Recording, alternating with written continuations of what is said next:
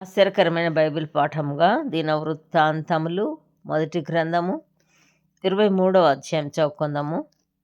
దావీదు ఏండ్లు నిండిన వృద్ధుడాయను గనక అతడు తన కుమారుడైన సొలొమోనును ఇశ్రాయేలీల మీద రాజుగా నియమించాను. మరియు అతడు ఇశ్రాయేలీల అధిపతులందరినీ, యాజకులను, లేవీయులను సమకూర్చాను. అప్పుడు లేవీయులు 30 సంవత్సరములు మొదలుకొని అంతకు పై వయసు గలవారు కవిలలో చేర్చబడేరి. వారి సంఖ్య 38,000 పురుషులు.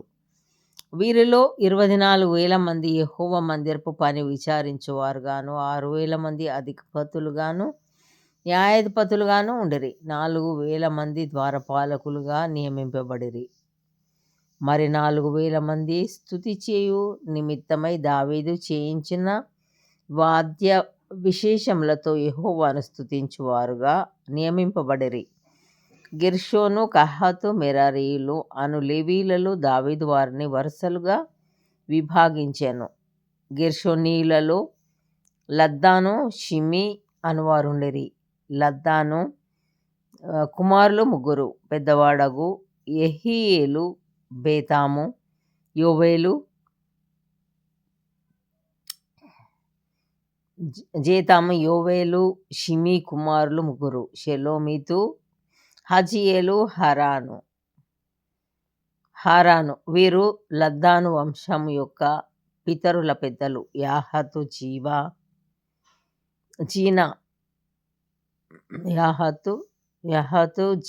జీనా, యూషు, బెరియా అను 4 షిమీ కుమారులు. యహతు పెద్దవాడు, జీనా రెండవవాడు.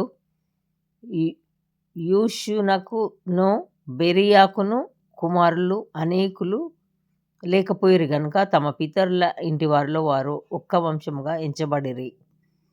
కహతు కుమారులు 4: అమ్రాము, ఇస్హారు, హెబ్రోను, ఉజ్జీయేలు. అమ్రాము కుమారులు అహరోను, మోషే.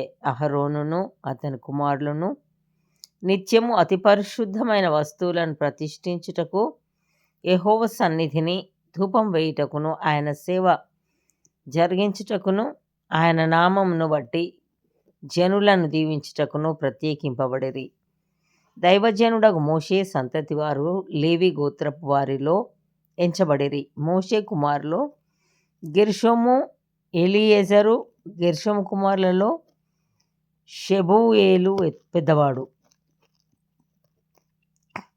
ఎలీయెజరు కుమారులలో రెహబ్యా అను పెద్దవాడు తప్ప ఇక కుమారులు అతనికి లేకపోయిరి. అయితే రెహబ్యాకు అనేక మంది కుమారులుండిరి. ఇస్హారు కుమారులలో షెలోమీతు పెద్దవాడు. హెబ్రోను కుమారులలో ఎరియా పెద్దవాడు, అమర్యా రెండవవాడు, యహజీయేలు 3వవాడు, యక్మెయాము 4వవాడు. ఉజ్జీయేలు కుమారులలో మీకా పెద్దవాడు, యెషీయా రెండవవాడు. మెరారి కుమారులు మహలి, మూషి. మహలి కుమారులు ఎలియాజరు, కీషు. ఎలియాజరు చనిపోయినప్పుడు వానికి కుమార్తెలుండిరి, కానీ కుమారులు లేకపోయిరి. కీషు కుమారులైన వారి సహోదరులు వారిని వివాహం చేసుకొనిరి. మూషి కుమారులు 3: మహలి, ఏదెరు, ఎరీమోతు. వీరు తమ పితరుల ఇంటి వారిని బట్టి లేవీయులుగా ఎంచబడిరి. పితరుల ఇండ్లకు పెద్దలైన వీరు 20 సంవత్సరములు మొదలుకొని అంతకు పై వయస్సు గలవారై తమ తమ పేరుల లెక్క ప్రకారము ఒక్కొక్కరుగా నెంచబడి యెహోవా మందిరపు సేవ చేయు పనివారై యుండిరి. ఇశ్రాయేలీల దేవుడైన యెహోవా తన జనులకు నెమ్మది దయచేసి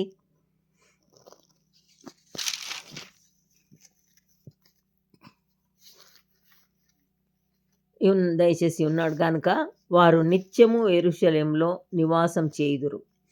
లేవీయులు కూడా ఇక మీదట గుడారమునైనను దాని సేవ కొరకైన ఉపకరణములనైనను మోయ పని లేదనియు దావీదు సెలవిచ్చాను.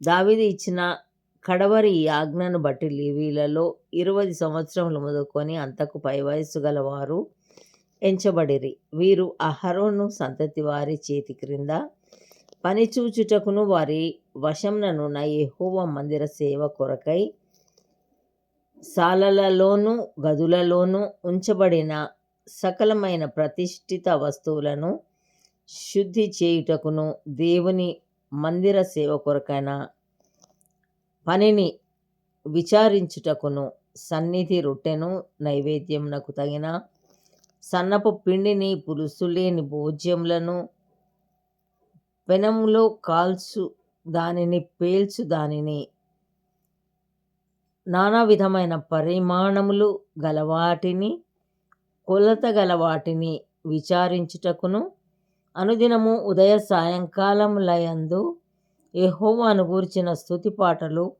పాడుటకును విశ్రాంతి దినములలోను అమావాస్యలలోను పండుగలలోను యెహోవాకు దహన బలులను అర్పింపవలసిన సమయములన్నిటిలోనూ లెక్కకు సరియైన వారు వంతు ప్రకారము నిత్యము యెహోవా సన్నిధిని సేవ జరిగించుటకును నియమింపబడిరి. సమాజపు గుడారమును కాపాడుటయు పరిశుద్ధ స్థలమును కాపాడుటయు యెహోవా మందిరపు సేవతో సంబంధించిన పనులలో వారి సహోదరులకు అహరోను సంతతి వారికి సహాయం చేయుటయు వారికి నియమింపబడిన పని అయి ఉండెను. ఇంతటితో ఇది నా కొరకైన బైబిల్ పాఠము. సరే.